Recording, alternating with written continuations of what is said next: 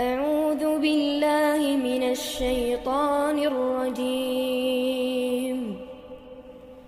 بسم الله الرحمن الرحيم إن الحمد لله نحمده ونستعينه ونستغفره ونستهديه ونعوذ بالله من شرور أنفسنا ومن سيئات أعمالنا من يهده الله فهو المهتد ومن يضلل فلن تجد له وليا مرشدا أشهد أن لا إله إلا الله وحده لا شريك له وأشهد أن محمدا عبده ورسوله بلغ الرسالة وأدى الأمانة ونصح الأمة وتركها على محجة البيضاء ليلها كنهارها لا يزيغ عنها إلا هالك. أما بعد Ma'asyiral mu'minin rahimani wa rahimakumullah jami'ah. Kita bersyukur pada Allah Azza wa Jalla dengan segala kenikmatan yang Allah berikan kepada kita semuanya. Salat dan salam kepada Nabi Muhammad sallallahu alaihi wasallam, khairul anbiya'i wal mursalin, sebaik nabi dan sebaik rasul. Ma'asyiral mu'minin rahimani wa rahimakumullah.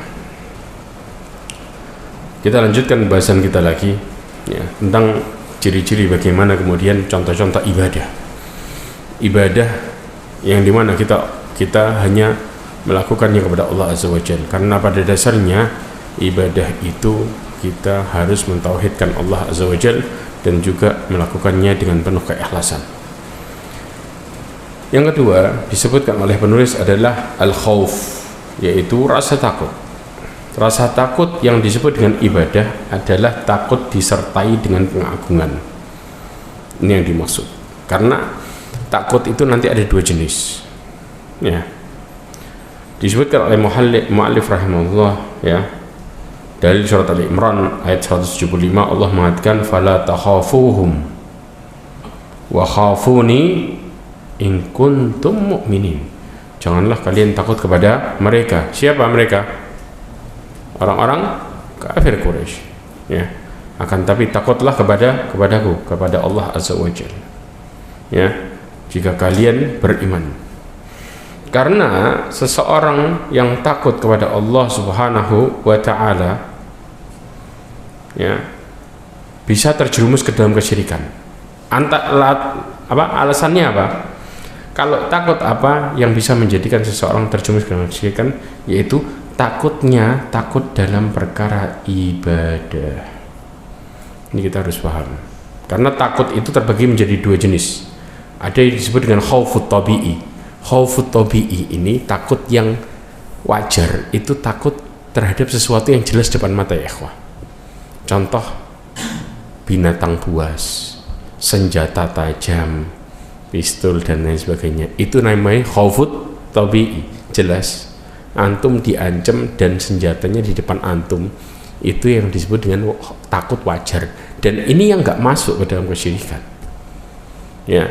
Ada ular di depan antum ngelihat kemudian antum lari ketakutan, itu wajar. Bukan kita mengatakan jangan takut sama ular, takut sama Allah. Enggak, ini takut sebuah kewajaran ya. Kemudian orang yang takut sama ular disebut syirik? Enggak ya. Tapi ada takut yang masuk ke dalam kesyirikan ya ikhwah. Takut yang masuk ke dalam kesyirikan adalah kalau seseorang itu takut terhadap sesuatu ya, sampai mereka melanggar aturan Allah Azza wa Jalla. Nanti kita akan lihat ada namanya khaufus sirri. Khaufus sirri itu nanti kita jelaskan. Sebelumnya Allah Subhanahu wa ta'ala memberikan contoh takut yang wajar, seperti takutnya Nabi Musa ketika mau dibunuh sama Fir'aun. Wajar enggak? Wajar ya. Dan ini terjadi sama Nabi Musa, terjadi sebuah kewajaran. Kaumnya Nabi Musa ya takut dari kejaran Fir'aun, itu wajar.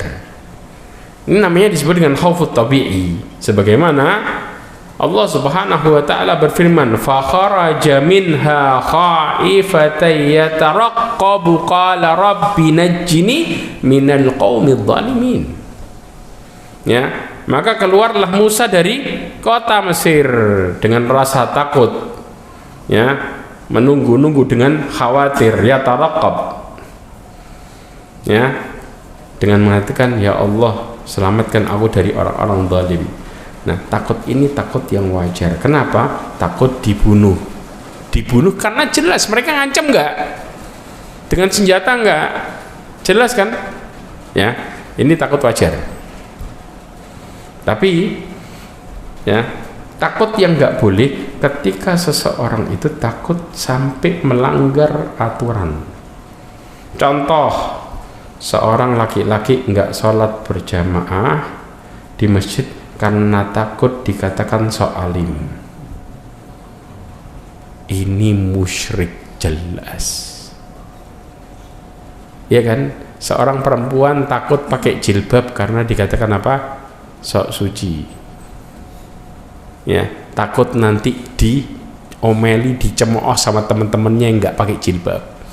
Ini disebut dengan kesyirikan yang sebenarnya, dan takut yang nggak boleh yang kayak gitu, ya ikhwah. Jelas. Ada lagi takut dari ancaman yang masuk kesyirikan.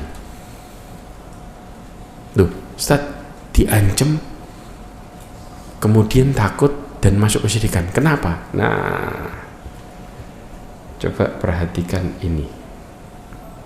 Ya, disebutkan namanya khaufus sirri. Khaufus sirri ini, ya, takut yang tidak terlihat sebabnya. Contoh nih, antum, ya, kalau nggak ngasih, ya, malam Jumat dengan ini nanti engkau akan ketimpa ini. Itu kelihatan sebabnya enggak? Atau cuma sekedar ancaman tok? Ancaman. Masuk syirik enggak? Ya. Jelas di sini. Itu masuk ke dalam kesyirikan. Loh Ustaz, bagaimana kalau kemudian kita takut, ya, sampai ketakutan itu kita disuruh melakukan kesyirikan, kalau enggak dibunuh? Kira-kira gimana? Kita disuruh melakukan kesyirikan, kalau enggak nurut dibunuh. Boleh atau tidak? Tidak. Yang lain? Boleh, Masya Allah, khilaf ini, ya. Ada dua penjelasan. Kita tidak bisa mengatakan menghukumi secara mutlak total dari awal sampai akhir, tidak. Ada dua penjelasan, saya kasih. Ma'asyiral mu'minin rahimani wa rahimakumullah jami'ah. Ketika kita bicara kembali ke dalil, ya,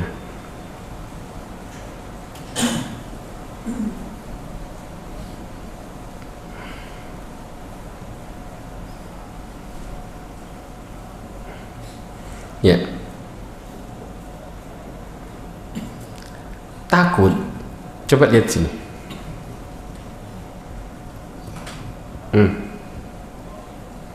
Ada hadis Nabi SAW menjelaskan tentang masalah ini, ya. Hadis ini, ya, riwayatnya sebenarnya mauquf. Jadi atharnya ini Salman Al-Farisi mendengar dari Israiliyat, para pendeta, tapi maknanya benar, tentang kisah orang dulu. Tariq ibn Syihab, ya, menuturkan waktu itu seseorang masuk surga karena apa? Seekor lalat, dan yang satu masuk neraka karena seekor lalat. Kemudian ditanya bagaimana bisa terjadi, maka kemudian dikatakan dua orang laki-laki itu melewati sebuah kaum yang mempunyai apa? Berhala.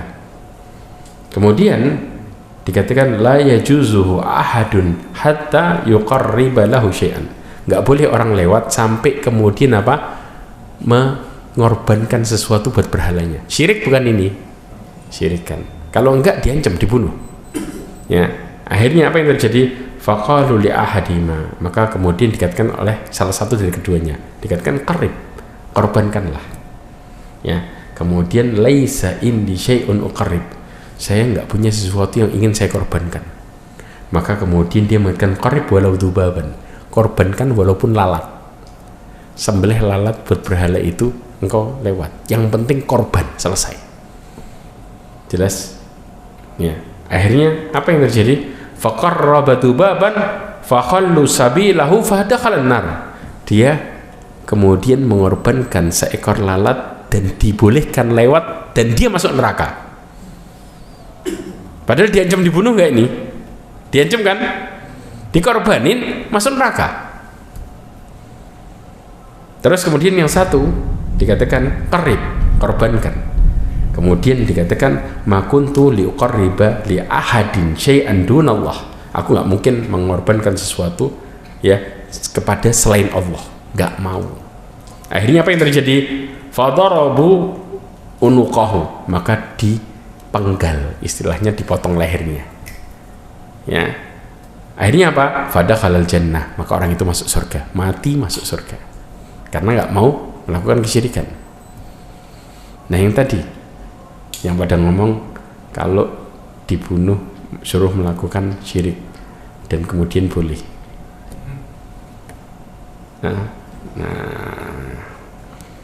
ya ikhwah ma'asyiral mu'minin rahimani wa rahimakumullah, coba perhatikan baik-baik tentang masalah ini supaya kita nggak salah.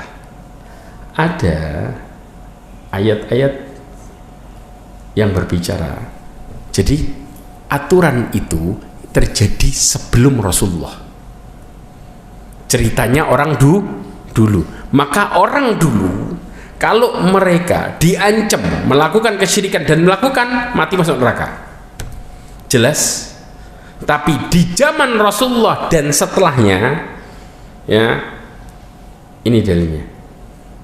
Ya, Allah Subhanahu wa taala mengatakan dalam surat An-Nahl ayat 106. Kata Allah, "Man kafara billahi min ba'di imanihi illa man ukriha wa qalbuhu mutmainnum bil iman." Ini dalilnya. Jadi kalau setelahnya zaman Rasulullah ke depannya, maka orang yang diancam sampai dibunuh walaupun dia mengatakan perkataan syirik tapi hatinya penuh dengan keimanan, maka kesyirikannya nggak ngefek. Itu realitanya. Jelas. Tapi sebelum Rasulullah itu nggak berlaku. Jelas di sini. Dalilnya apa? Ada di surat Kahfi.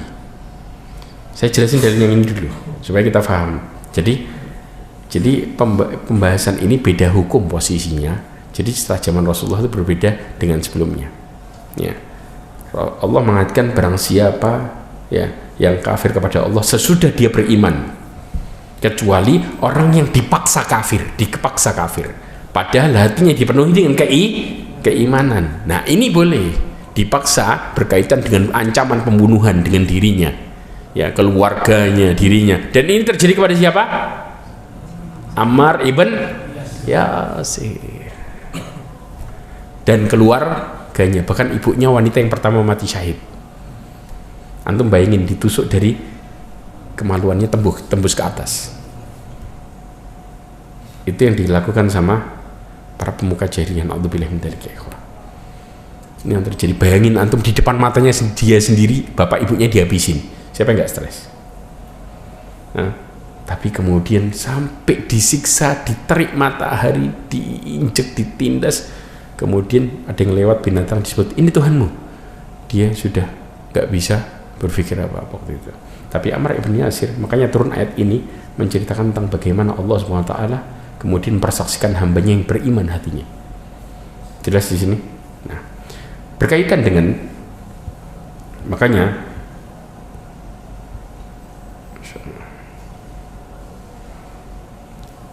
Syekh Muhammad Amin Syinqiti mengatakan sesungguhnya dihilangkannya hukum karena sebab adanya pemaksaan, ya, yang merupakan kekhususan umat ini.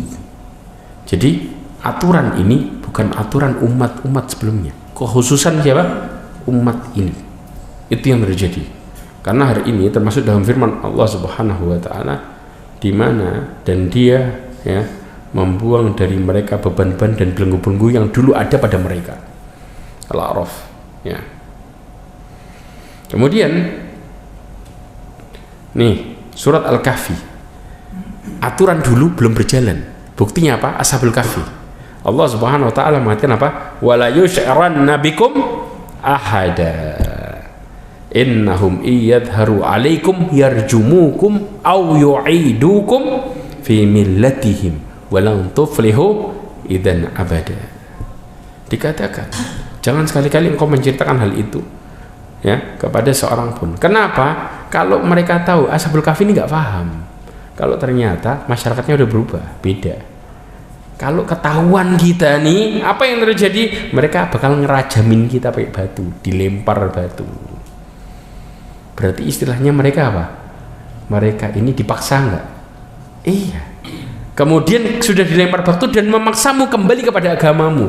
Berlaku nggak pemaksaan itu? Kalau mereka kemudian mengatakan perkataan kafiran, habis mereka. Makanya dijelaskan di sini, kalau dipaksa kita disuruh balik ke agama kita, maka kita jadi orang murtad. Ini menunjukkan bahwa dulu aturan itu ya nggak berlaku seperti aturan yang sekarang. Makanya sekarang ini Allah lebih banyak kemudahan memberikan kepada umat yang sekarang. Antum bisa bayangin nggak? Kalau antum bicara dulu 1 dihitung 1 kebaikan ya ikhwah. Sekarang 1 dihitung 10 sampai berlipat ganda. Nggak ketemu antum. Bagaimana Allah merahmati umat yang sekarang dengan rahmat yang luar biasa dahsyat yang nggak dikasih oleh umat-umat terdahulu sebelumnya. Jadi kalau kita bilang sekarang ini beragama lebih mudah, tapi memang di satu sisi ujiannya juga luar biasa dahsyat. Dan bahkan akhir zaman umatnya 1 orang pahalanya senilai 50 orang. Nggak tanggung-tanggung, Rasulullah jelaskan dalam hadisnya. Tapi pertanyaannya, dimotivasi kayak gitu, berapa banyak orang yang bisa istiqomah? Ya masih tetap aja sedikit. Kenapa? Karena hidayah itu punya Allah. Ini yang menunjukkan bagaimana orang itu dimotivasi sebesar apapun kebaikan. Kalau Allah nggak ngasih hidayah, hati mereka nggak gerak untuk melakukan kebaikan sama sekali. Maka mintalah pertolongan kepada Allah Azza wa Jalla. Ma'asyiral mu'minin rahimani wa rahimakumullah. Kemudian saya lanjutkan lagi ya. Makanya ini terjadi sebagaimana apa? Nabi Hud. Nabi Hud itu diancam nggak sama kaumnya Ad? Diancam, tapi ancamannya nggak berpengaruh sama sekali. Kenapa? Nih ancamannya. Dikatakan inna qulu illa ataraka ba'du alihatina bisu'in qala inni ushhidullah wa ashhadu anni bari'um mimma tusyrikun. Dikatakan apa? Inna qulu, kami tidak mengatakan, melainkan apa? Sebagian sembahan kami, patung-patung berhala-berhala kami itu yang membuatmu jadi gila. Gara-gara apa? Kena kualat gara-gara patung kami, kata mereka. Engkau tuh gila gara-gara kualat sesembahan kami, istilahnya gitu. Maka kemudian Nabi Hud itu kemudian membantah mereka dengan mengatakan sesungguhnya aku ya bersaksi kepada Allah dan saksikanlah olehmu aku itu berlepas diri dari dirimu dan apa yang kau sembah. Itu istilahnya. Jadi ancamanmu itu nggak ngefek sama sekali. Kenapa? Kalau seandainya Nabi Hud ketakutan, otomatis dakwahnya berhenti, betul nggak? Ya. Tapi ancaman ini dakwahnya berhenti nggak? Lanjut. Itu istilahnya. Kalau berhenti, habis syirik sudah. Karena ancaman-ancaman yang dalam posisi ya cuman diberikan sekedar bayangan tanpa jelas ancamannya, kalau kita sampai mengikuti ancaman itu dan mengingkari perintah aturan Allah, maka kita syirik. Jelas. Tapi ketika ancaman itu jelas di depan mata secara realita, senjatanya ada, antum dipegangi mau dibunuh, kemudian antum melakukan kesyirikan, maka nggak ngefek. Itu secara garis besarnya aturannya seperti itu. Jelas di sini. Jadi kalau istilahnya masih sekedar omongan kualat dan lain sebagainya, ya jangan turuti. Pertanyaannya, yang membuat orang kena musibah atau ndaknya siapa? Ya sudah. Ya sudah, Allah sudah. Kalau kita meyakini sesuatu yang lain juga bisa mendatangkan musibah, syirik bukan? Jelas. Ini hal yang terjadi. Maka istilah kualat ini kan ancaman yang nggak secara langsung kan, betul nggak? Yang menjadikan seseorang kualat dan tidaknya itu, terjadinya musibah dan tidaknya itu Allah, bukan sesuatu hal yang lain. Makhluknya nggak bisa memberikan manfaat dan madarat. Istilahnya gitu. Kalau kita melakukan syirik kepada Allah itu kualat, bener. Ketika kata-kata itu disandarkan kepada Allah itu betul. Tapi ketika kata-kata itu disandarkan kepada makhluk, maka itulah yang menjadi seseorang kesyirikan, dan itu rasa takut yang tidak wajar. Jelas. Kalau orang mengatakan wajar loh, nanti gini. Makanya ya ikhwah, saya mau tanya, antara orang tua sama anak kecil, kalau jalan di tempat sepi lebih berani mana? Saya bilang anak kecil yang nggak pernah kena YouTube ya, sama HP ya, masih fresh tuh anak kecil ya, lebih berani mana? Padahal lebih gedean orang tua loh. Kenapa lebih berani anak kecil? Karena pikirannya masih gak terkontaminasi, betul apa enggak? Makanya ketika melewati sesuatu gak ada istilahnya merinding ya, takut gini, jangan-jangan gini, istilahnya jangan-jangan. Berarti kalau jangan berarti kan belum tentu ada, betul enggak? Ini hal yang kemudian antum harus pahami baik-baik. Maka kadang-kadang kita ketika melihat sesuatu tontonan yang nggak mendidik, itu menghancurkan keimanan sebenarnya, dan itu nggak sadar. Kita bicara itu kan cuma apa, sekedar lucu dan lain sebagainya. Keimanan antum secara perlahan terkikis karena nantinya rasa takut antum kepada makhluk Allah lebih besar daripada kepada Allah.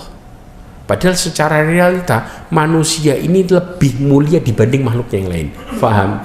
Paling mulia itu manusia. Laqad khalaqnal insana fi ahsani taqwim. Itu sudah rekomendasi dari Allah. Rekomendasi dari Allah secara khusus. Tapi kemudian ketika manusia menurunkan derajatnya, selesai, habis. Makanya ini yang terjadi ya ikhwah.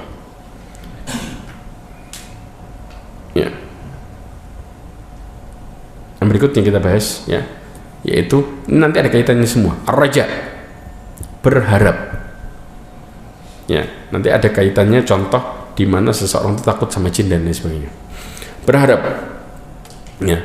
Dikatakan Allah SWT berfirman dalam surat Al-Kahfi ayat yang paling terakhir. Faman kana yarju liqa'a rabbih falyamal amalan salihan wa la yusyrik bi ibadati rabbih ahada. Yang disebut yarju liqa'a rabbih yaitu mereka ingin melihat wajah Allah Azza wa Jalla. Di dalam tafsir ini pengertiannya. Kalau kita mau melihat wajah Allah karena kenikmatan surga terbesar, yang bisa kayak gini cuma penduduk surga tok. Jadi mau melihat wajah Allah harus masuk surga. Di surga kenikmatan terbesar adalah itu. Ya. Dengan apa? Melakukan amal soleh dan tidak melakukan kesyirikan sama sekali. Itu yang Allah perintahkan. Falyamal amalan salihan wa la yusyrik bi ibadati rabbih ahad. Itu prinsipnya. Nah, dalam berharap ada berharap dua jenis. Berharap yang wajar sama yang hanya kepada Allah. Berharap yang kepada Allah itu yang disertai pengagungan. Paham? Karena pada dasarnya seseorang itu tidak boleh mengharapkan sesuatu kepada selain Allah yang disertai apa? Pengagungan. Kalau berharap kepada selain Allah Subhanahu wa ta'ala ya, tapi tidak menggantungkan hatinya kepadanya, maka boleh atau tidak? Boleh nggak? Boleh. Berharap dengan sebab yang jelas. Sebab ketemu sebab, selesai. Faham? Antum pergi ke dokter ya, dikasih minum obat, oh mudah-mudahan ini jadi sebab sembuh ya. Tapi yang menyembuhkan siapa? Allah. Sebabnya datang siapa? Dari siapa? Dokter. Tapi akibatnya siapa? Yang memberikan akibat siapa? Nah, ini yang antum harus tahu. Yang memberikan akibat secara mutlak adalah Allah. Kalau antum yakin akibatnya dari dokter, habis nih. Itu titik masalahnya. Jelas? Kalau sebab ketemu sebab, antum jelas paham. Ya. Kalau mau kerja, ya sebabnya kita gini, ikhtiar gini. Itu sebab ya ikhwah. Paham? Tapi bicara akibat, maka kita harus berharapnya mutlak sama siapa? Allah Azza wa Jalla. Itu yang titik yang kita sering lalai. Karena kadang-kadang begitu kita sembuh, kita ngomong ini gara-gara. Nah, ini akibat siapa? Dokter fulan. Ini gara-gara ini. Ini yang membuat kita akhirnya masuk ke dalam kesyirikan. Contoh kasus. Sering dalam dunia kerja kita bicara sebab akibat. Ya. Dalam mencari nafkah itu kan sebab. Betul enggak? Kalau sampai kita meyakini kalau kita dapat uang gara-gara akibatnya kita kerja di perusahaan A dan kepala perusahaan ini yang memberi saya dapat ini gara-gara ini. Ya. Akibatnya apa? Akibat kerja di perusahaan ini saya dapat uang ini. Boleh nggak? Boleh nggak ini? Nggak boleh. Karena akhirnya, karena kita meyakini akibat uangnya dari si A, akhirnya saya dapat uang ini. Akhirnya semua perintah si A kita turutin nggak? Iya. Karena kita meyakini akibatnya siapa? Yang berikan akibat si A atau si B. Ini masuk ke dalam kategori syirik. Tapi kalau kita bicara sebab muamalah, nggak ada masalah. Afadhal. Paham di sini? Tapi jangan pernah kita bicara masalah akibatnya. Karena yang menjadikan akibat itu Allah. Kadang-kadang Allah Subhanahu wa ta'ala memberikan seseorang akibat tanpa sebab. Paham maksudnya? Dan itu yang saya pernah sampaikan ya yang diyakini oleh Nabi siapa? Ketika melihat Maryam. Nabi siapa? Nabi Zakaria. Nabi Zakaria itu ngelihat tempatnya Maryam dapat rizki ya, buah musim dingin pada waktu itu musim panas. Dapat buah musim panas waktu itu musim dingin. Jadi Allah ngasih rizkinya berbalikan dengan musimnya. Maka dari situ Nabi Zakaria meyakini Allah bakal ngasih akibat tanpa sebab. Jadi nggak harus dengan sebab yang pasti. Yang jelas Allah kasih akibat ketika Allah berkehendak. Faham? Dan ini realita yang menjadikan Nabi Zakaria berharap minta anak walaupun sudah tua. Sama, kalau antum berkeyakinan bahwa rizki itu datangnya akibatnya dari Allah Azza wa Jal, maka antum kerja sama siapapun, kalau kemudian itu melanggar aturan Allah, maka antum akan tetap membela aturan Allah Azza wa Jal. Jelas di sini. Ini yang disebut dengan keimanan yang sebenarnya. Karena orang bisa syirik gara-gara mereka meyakini akibat datangnya dari yang lain, bukan dari Allah Azza wa Jalla. Ya. Tawakal. Ketika kita bicara tawakal, tawakal ini merupakan ibadah dan tawakal ini mutlak, tidak bisa diberikan kepada selain Allah, pasrah. Dan kalau diberikan kepada selain Allah, judulnya ada dua. Bisa jadi syirik kecil, bisa jadi syirik gede. Bedanya di mana? Antum harus paham. Penulis mengatakan wa 'alallahi falyatawakkalu in kuntum mu'minin. Ini ayatnya. Dan hanya kepada Allah, hanya kepada Allah. Lihat. Jelas? Kalian berserah diri kalau kalian beriman. Jelas dalilnya? Paham? Oke. Wa may yatawakkal 'alallahi fahuwa hasbuh. Barang siapa yang pasrah kepada Allah, maka Allah akan cukupkan. Sebutkan ya ikhwah ya. Jadi ada yang menjadi syirik kecil, ada yang menjadi syirik besar. Karena seorang hamba itu sama sekali tidak boleh bertawakal kepada makhluk. Mereka hanyalah sebab. Paham? Antum dapat sesuatu, sebabnya siapa? Orang. Allah ngasih rezeki, siapa yang menjadi sebab pengantarnya? Manusia. Paham ya? Dan kita ke orang harus apa? Terima kasih. Dengan mengatakan apa? Ya, man suni'a ilaihi ma'rufun, kata Rasulullah SAW, falyukafi bihi. Barang siapa yang diperbuat kepadanya kebaikan, maka hendaklah dia membalas. Balasnya dengan apa?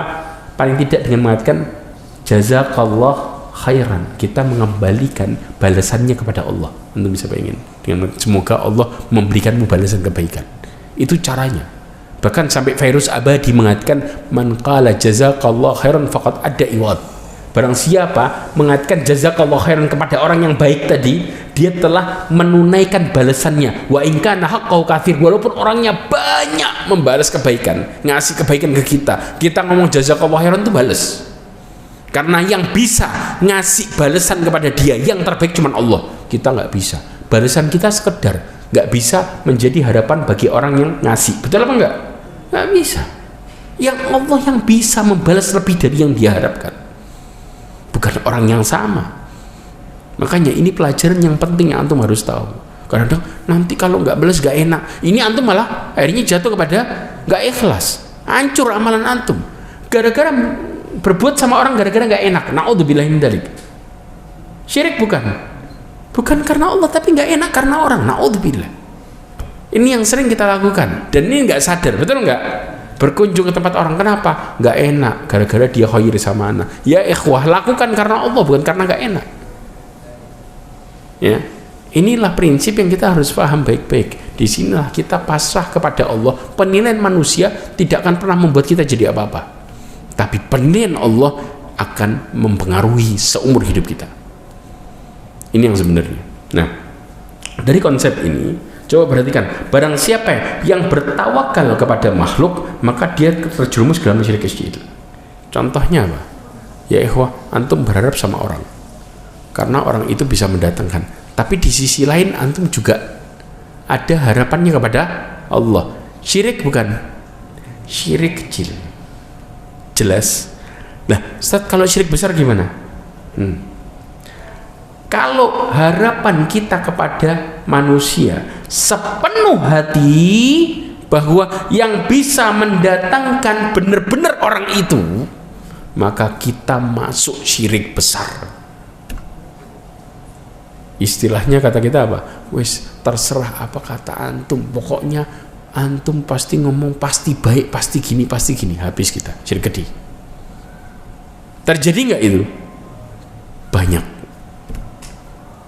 Dan nggak sadar kita, pas kepepet ngelihatnya ke orang, padahal sudah tahu yang ngasih jalan keluar orang itu nggak bisa apa-apa, cuman Allah. Buktinya apa? Dia juga berdoa tuh sama Allah. Lah kenapa kok nggak direct? Kok paling muter? Ini yang dilakukan oleh kafir Quraisy kan? Iya. Ini hal yang dilakukan yang Rasulullah sebut mereka sebagai kafir, ya kayak gitu persis. Makanya menghantarkan kepada syirik gede. Ini yang membuat kita akhirnya kadang-kadang ngelakuin nggak sadar. Kenapa? Pas kepala buntu. Makanya seorang ya ikhwah itu harus yakin Allah itu nolong dia kapanpun dimanapun ketika dia mau balik. Kalau enggak, kita akhirnya terjerumus ke dalam keyakinan kita yang salah dan kita nggak bisa keluar, sedangkan kita tersesat terus-menerus, nggak dapat jalan keluar, tambah masalah ya. Ini yang kemudian seseorang itu masuk ke dalam pusaran kesalahan, nggak sadar dia. Ya. Contoh yang dilakukan oleh Rasulullah SAW. Rasulullah keluar rumah, baca apa? Bismillahi tawakkaltu 'ala Allah, la haula wala quwwata illa billah. Ya ikhwah, doa ini simpel tapi efeknya besar. Rasulullah mengatakan barang siapa yang membaca itu ketika keluar rumah, gila, dikatakan kepadanya, hudita wa kufita wa wuqit, engkau diberikan hidayah, engkau dicukupkan, engkau dilindungi. Kemudian fatana aja setan itu sampai debat dengan orang yang tadi keluar baca doa dengan mengatakan apa? Kaifalaka birajulin qad hudiya wa kufiya wa wuqiya. Bagaimana engkau bisa goda orang yang telah Allah kasih petunjuk, Allah cukupkan dan Allah lindungi? Gimana caranya coba? Dan ini kejadian pernah hayya amar ma'ruf nahi munkar. Antum tahu ada satu dukun di Saudi nantang ya hayya amar ma'ruf yang dengan sombongnya, ada satu layar siaran dia, tidak tahu di YouTube di mana. Dia artinya buat di ini yang bisa ngambil saya, orang hebat, saya tantang semuanya. Dukun nantang nih ceritanya. Ya, orang nyari dia nggak ketemu. Jadi ada divisi bagian masalah penanganan sihir di Amar Ma'ruf itu. Akhirnya apa? Turunlah kepalanya langsung. Turun ke tempat orang itu, ditangkap dengan gampangnya. Plak. Dengan sombongnya dia mengatakan, makanya dukun tuh naudzubillah sudah salah sombong lagi. Dia mengatakan, sebelum kau bunuh saya, karena aturannya di Saudi ketika ada dukun, ya, maka kemudian aturannya apa? Dibunuh. Karena dia sudah merusak banyak, santet, sihir dan lain sebagainya. Sebelum kau bunuh saya, coba ceritakan bagaimana engkau bisa lakukan itu. Enggak, saya pasrah, enggak mungkin. Saya keluar rumah, baca Bismillahirrahmanirrahim. Nah itu dia. Sudah bunuh saya sekarang. Bisa bayangin? Simple sebenarnya. Dan ini di YouTube ada kisahnya. Ya. Jadi subhanallah ya ikhwah, bagaimana Allah subhanahu wa ta'ala sampai syaitan pun ngomong ke yang lainnya, gak mungkin orang bisa digoda, sedangkan dia apa? Sudah bertawakal kepada Allah azza wa jalla. Dengan keluar rumah baca doa itu, simple, tapi orang sering lupa. Kenapa? Karena sering selimurkan sama siapa? Sama syaitan. Karena nggak mau syaitan baca doa itu. Ketika kita baca doa itu dan pasrah sama Allah, selesai. Yang melindungi langsung Allah. Maka makhluk yang lain siapapun tidak akan pernah bisa menggoda mereka, merusak mereka, karena Allah yang langsung melindunginya. Jelas ya ikhwah? Makanya jangan pernah tinggalkan doa ini. Ya. Asy'alun rahimani wa rahmatullah. Bahkan Rasulullah SAW ketika selesai ya makan, Rasulullah baca apa? Alhamdulillahilladzi at'amani hadza wa razaqanihi min kulli min ghairi haulin minni wala quwwah. Ini doa yang selesai makan yang sebenarnya. Ya. Di sini Rasulullah SAW bertawakal kepada Allah. Yang mana? Min ghairi haulin minni wala quwwah. Dengan kata-kata apa? Tidak ada daya dan kekuatan dariku, kecuali dari siapa? Dari Allah azza wa jalla. Jadi yang membuat saya bisa dapat tenaga itu Allah yang kasih dari makanan ini. Jelas ya ikhwah? Ya. Kemudian yang berikutnya adalah ar-raghbah, rahbah, kemudian juga al-khusyu'. Ini punya kesamaan tapi beda makna sebenarnya. Sama al-khauf, sama enggak? Punya kemiripan tapi beda makna. Saya mau jelaskan. Waktunya masih panjang? Oke. Masih panjang. Oke, coba perhatikan baik-baik. Allah Subhanahu wa taala dalam surat Al-Anbiya 90. Ya, ini semua punya peranan masing-masing loh. Para nabi doanya pakai semua ini, 4 hal. Takut, ya, kemudian raghbah, rahbah, sama al-khasyah. 4-4-nya itu diserahkan ke Allah. Jelas. Prakteknya gimana? Kita tutup dengan ini. Allah mengatakan innahum kanu yusari'una fil khairat. Mereka itu bersegera dalam melakukan kebaikan. Kemudian apa? Yad'unana. Mereka berdoa kepada kami. Memohonnya dengan apa? Raghaban wa rahaba. Raghaba wa rahaba wa kanu lana khashi'in. Perbedaannya apa? Al-Imam Ibn Qayyim Al-Jauzi menjelaskan di dalam kitabnya Madarijus Salikin antara ya raghabah ya war raja. Pertama raghbah dulu ya. Al-farqu bainar raghabati war raja anna ar-raja at-tama' ya war raghabah at-talab. Fahiya thamaratur raja. Fa innahu idza raja syai'an talabahu. Disebutkan perbedaan antara raghabah ya dan raja. Raja itu apa? Harapan. Raghbah itu apa? Keinginan. Ya, cinta. Itu raghbah. Faham? Harapan. Ya. Jelas? Nah, bedanya apa? Yaitu orang yang raghbah, mereka berharap itu pasti apa? Mencari Itu yang disebut dengan roghbah, nyari harapan tadi. Jelas? Kalau sudah nyari harapan, kemudian buahnya apa? Maka buahnya adalah raja. Harapan itu sendiri, itu raja, buahnya. Roghbah ini adalah jalan menempuhnya. Kalau antum kepengen sesuatu, maka jalannya apa? Nyari harapan tadi. Begitu ketemu, maka ketemulah dengan harapan. Jelas ini? Jadi roghbah itu adalah jalannya, raja adalah hasilnya. Paham sampai sini? Ya. Nanti dengan ada lawannya, namanya rahbah. Takutnya gimana? Nah itu. Nah, rahbah ini mirip dengan khauf, mirip.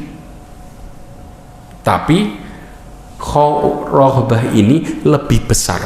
Kenapa? Takut yang disertai dengan cemas. Jelas. Kalau rasa takut, khauf itu tuh takut biasa. Itu namanya khauf. Tapi kalau sudah istilahnya rahbah, antum takut yang dalam. Ya. Imam Ibn Qayyim Al-Jauzi mengatakan al-wajal wal khauf wal khasyah wal rahbah al-fadul mutaqaribah ghairul mutaradifah, bahwa kata-kata al-wajal kemudian khauf, khasyah, rahbah itu nama-nama yang mirip-mirip, tapi ya bukan yang sama. Mirip-mirip dia sebenarnya, arahnya sama, tapi punya pengertian masing-masing. Disebutkan nih, saya jelaskan secara detail. Ya, kalau sekedar khauf, ya yaitu larinya hati dari tertimpa perkara yang dibenci ketika ngerasain. Antum kalau ngerasain takut, ya, kepingin nggak antum menjauhinya? Kepingin nggak? Ya, itu yang disebut dengan takut. Jelas? Paham? Sampai sini? Oke. 2. Khasyah. Lah, khasyah ini gimana? Khasyah itu rasa takut yang lebih dalam, yaitu takut sambil ngerti ilmunya, karena antum paham, akhirnya antum takut. Contoh, kalau antum kenal Allah dengan kebesarannya, antum takut biasa atau takutnya luar biasa? Persis. Itu disebut khasyah. Itu harus paham di sini. Makanya yang bisa ngerasain khasyah siapa? Orang yang berilmu, karena takutnya punya ilmu. Jelas ya? Ya, paham di sini? Orang yang melakukan kesyirikan luar biasa. Kenapa takutnya? Karena dia ngebayangin, oh, jin itu bisa gini. Paham ya? Jadi ada orang yang takut terjerumus ke dalam kesyirikan, ada yang takut sambil tambah bertakwa. Paham ya? Karena disertai dengan apa? Ilmu. Yang satu ilmu yang salah, yang satu ilmu yang benar. Paham? Itu yang disebut dengan khasyah sebenarnya. Ya. Jadi khauf ini takut yang umum. Orang nggak ngerti. Ya, tapi begitu ngerti, masuk ke dalam perkara khasyah. Ya. Kemudian yang ketiga, ya, yang disebut dengan rahbah. Yang lawannya dari roghbah tadi. Kalau rahbah di sini artinya apa? Mereka lari dari perkara yang dibenci.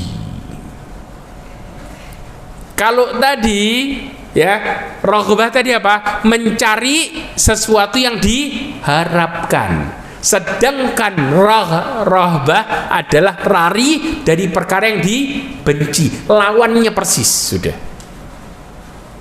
Kalau antum berharap sama Allah Subhanahu wa ta'ala sesuatu, maka antum juga lari dari sesuatu yang Allah benci. Selesai. Maka istilahnya kita doa dengan berharap dan cemas. Cemas tadi takut dari yang dibenci tadi. Faham? Kalau dalam bahasa Indonesianya diartikan harapan dan cemas. Cemas ini lebih dari takut. Sambil menjauhi dari yang dibenci, ditakuti tadi. Paham? Ini namanya disebut dengan cemas. Ya, ini bedanya. Paham sampai sekarang? Nah, para nabi semua disadarkan kemana? Ke Allah dalam sistem ini. Jelas sekarang? Jadi kalau antum salah pengertian salah dalam mempelajari sesuatu, maka efeknya bisa mengerikan. Nanti takutnya bukan takut sama Allah, takutnya kemana? Sama makhluk, karena bayangan yang salah. Makanya orang yang melakukan kesyirikan itu rata-rata apa? Mereka yang jahil, nggak ngerti sebenarnya. Pengertiannya kebalik. Kalau pengertiannya kebalik, akhirnya rasa takutnya yang seharusnya sama Allah dilimpahin kemana? Ke makhluk. Sifat Allah jadi sifatnya ke makhluk. Akhirnya rasa takut itu wajarnya ke Allah seharusnya, karena nggak ngerti, pengertiannya kebalik, salah ilmu, akhirnya rasa takut yang sama tapi ke makhluk. Itu syiriknya luar biasa. Paham? Kayak orang ibadah tapi ibadahnya ke makhluk bukan sama Allah. Paham? Ya. Mudah-mudahan ini jadi cerah buat kita semuanya, dan insya Allah yang berikutnya kita akan bahas sisanya lagi. Ya, ada 6 terakhir. Insya Allah kita bertemu setelah tanggal 16 Maret insya Allah bismillah. Ya, ini yang bisa saya sampaikan. Mudah-mudahan apa yang kita pelajari ya menjadikan kita semakin mendekatkan diri kepada Allah Azza wa Jalla, dan mudah-mudahan apa yang kita pelajari ini menjadikan kita semakin bertakwa kepada Allah Azza wa Jalla, serta mudah-mudahan kita dijauhkan dari kesyirikan ya, dan mudah-mudahan Allah Subhanahu wa taala memasukkan kita dalam surganya dan menutup hidup kita semua dengan husnul khatimah. Amin. Subhanakallahumma wa bihamdika asyhadu an la ilaha illa anta astaghfiruka wa atubu ilaik wa akhiru da'wana alhamdulillah. Assalamualaikum warahmatullahi wabarakatuh.